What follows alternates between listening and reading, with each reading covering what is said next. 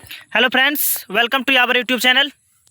तो आज हम लोग बात करने वाले हैं इकोनॉमिक्स में, ठीक है। जिनका मेजर पेपर का आज एग्ज़ाम हुआ उसका सॉल्यूशन देखने वाले हैं, ठीक है। तो यदि आप चैनल पर नए हैं तो चैनल को सब्सक्राइब कर लीजिएगा। जैसा कि हम बताए थे, जितना क्वेश्चन हम बताए थे उससे बाहर एक भी क्वेश्चन नहीं गया। जो भी मेरा लेक्चर देख करके गए होंगे, मेरा नोट्स पढ़े होंगे, वो सारे क्वेश्चन का आंसर किए होंगे, ठीक है। तो कोई इसमें एक्स्ट्रा क्वेश्चन नहीं कराते हम। जो एग्ज़ाम से रिलेवेंट होता है, जो ओरिएंटेड क्वेश्चन होता है, सिर्फ और सिर्फ वही क्वेश्चन को कराते हैं। तो चलिए देखते हैं कि आज का क्वेश्चन जो है वो क्या क्या आया था। राष्ट्रीय आय की परिभाषा, ये बहुत अच्छे से हम बताए थे कि राष्ट्रीय आय की परिभाषा क्या होती है, ये हम बताए थे, ठीक है। तो एक देश के सामान्य निवासियों द्वारा, ठीक है, एक वर्ष में जो भी उत्पादित अंतिम वस्तु होता है या सेवा होता है, उसका जो मूल्य होता है, मौद्रिक मूल्य होता है, उसी को हम लोग क्या कहते हैं, राष्ट्रीय आय कहते हैं। दोहरी गणना, इसको भी बताए थे कि हम लोग हमेशा अंतिम वस्तु के मूल्य को ही गिनते हैं। क्यों?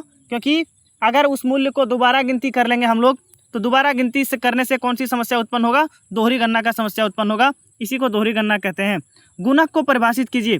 गुणक क्या होता है? तो आय में होने वाली वृद्धि और निवेश में होने वाली वृद्धि, इन दोनों के अनुपात को क्या कहा जाता है? गुणक कहा जाता है। ये क्वेश्चन भी हम लोग किए थे उसमें। एमपीसी क्या है?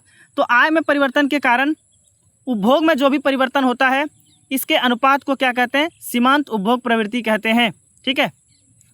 सूत्र भी लिखा गया। व्यक्तिगत आय, ठीक है, व्यक्तियों और परिवारों के विभिन्न स्रोतों से वास्तव में जो प्राप्त होने वाली कुल आय है, उसी को हम लोग क्या कहते हैं? व्यक्तिगत आय कहते हैं। सारा आंसर जो है वो अपने क्या क्या लिखा है उससे मैच कर लीजिए, सही लिखे हैं या नहीं लिखे हैं। इसके अलावा अगर 4 नंबर का प्रश्न देखेंगे तो सेम यही क्वेश्चन हम ऐसे ही क्वेश्चन बताए थे कि राष्ट्रीय आय से आप क्या समझते हैं और राष्ट्रीय आय के मापन की विधियों का वर्णन कीजिए। उसमें भी हम बताए थे कि राष्ट्रीय आय क्या होता है, ये पढ़े थे। इसके अलावा ये भी पढ़े थे राष्ट्रीय आय को कैसे मापा जाता है, आय विधि के द्वारा, ठीक है, व्यय विधि के द्वारा और उत्पादन विधि के द्वारा कैसे इसको मापा जाता है, और भी बहुत सारा विधि बताए थे। तो जितना मार्क्स का क्वेश्चन है उसके अनुसार से इसको क्या करना था? लिखना था। और इसके अलावा ये भी बताए थे किन्स के प्रभावी मांग के सिद्धांत का समालोचनात्मक समीक्षा कीजिए कि किन्स का जो प्रभावी मांग है वो किस प्रकार से इसका समालोचना किया गया था, इसका समीक्षा करने के लिए बताए थे। अगला प्रश्न है 6ठा नंबर, उपभोग फलन की परिभाषा। सेम ऐसे ही क्वेश्चन हम कराए थे, बार बार बोल रहे हैं।